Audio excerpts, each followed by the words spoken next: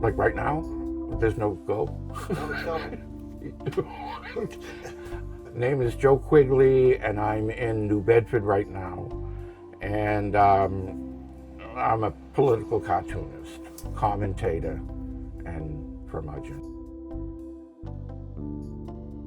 Okay, what I do with my art is if I see something that is wrong, and I can tell it's wrong, and it needs to change, okay, so it's geared towards bringing about that change. So whether it was gay rights, workers' rights in different circumstances, minority rights, women, you name it, okay?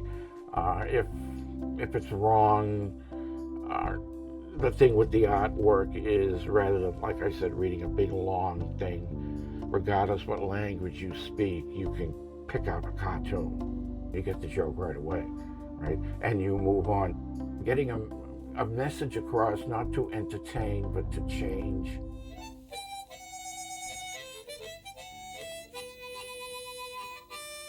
So what got you started doing cartoons? Okay, it's been many years. When I was a little kid, they used to have people on TV that did cartoons, like Captain Bob, and there was some other guy. And they made it look fun and easy, okay? So I started getting into it that way. I wanted to be like Charles Schultz. And then Kennedy got killed. This is really weird. And I'm sitting at the kitchen table, and Johnson is running against Barry Goldwater. And I drew a cartoon about, what's his name? I just said his name. Goldwater, yeah. And it looked like him, right? But of course, my mother was sitting there, was like, oh my God, stick it on the refrigerator. And then I realized you got a reaction for that, right? And then a couple of times I tried doing the usual, like getting ready to put a comic strip in the paper and stuff like that. But I just didn't want to draw the same thing over and over again. Boring. So I started doing just general cartoon stuff, school newspaper and stuff like that. But the stuff that got the most reaction was the political stuff. Because at one point, I realized a lot of the people that were in positions of authority and were experts were no better than I was, except they listened to them, but they didn't listen to me, or people like me, right?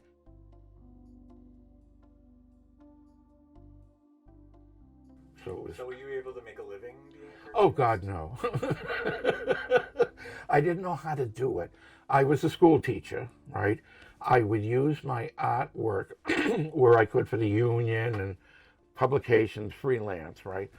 But I didn't know how, because it wasn't in my wheelhouse anywhere in training, because self-taught, how you make that connection.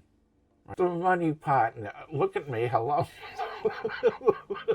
Money, but the thing is though, this is where you get philosophical.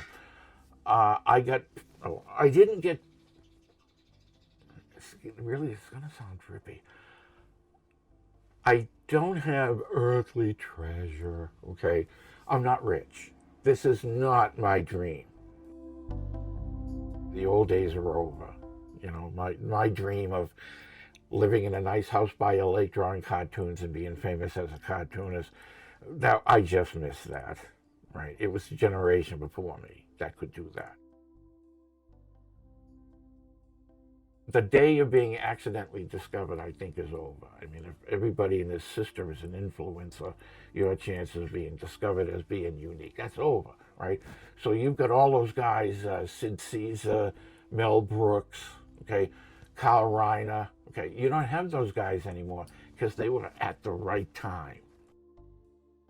When I draw my cartoons, it's because something bothered me, right? And it's hard to explain. I'm sure other artists have the same thing. When I walk into a crowded room, yes, I see the human beings, right? And I see what the human beings are doing, okay? But I also see cartoons, right? And I watch what the cartoons are, and it's not a derogatory thing. It's just that later on, if I need a model for something, okay, well, I saw that person at the party, right? So it'll just be like something will bother me. I'll be thinking about it, and there might be something I've seen that makes the connection, okay? And then it's like, oh, okay, the being, okay? And then and I don't know how to, it just happens. And then sometimes I get to the end and I'll realize that makes no sense anymore. It did in the beginning, right? And then you might put it aside. You can speak any language with a cartoon, really, as long as you don't label anything.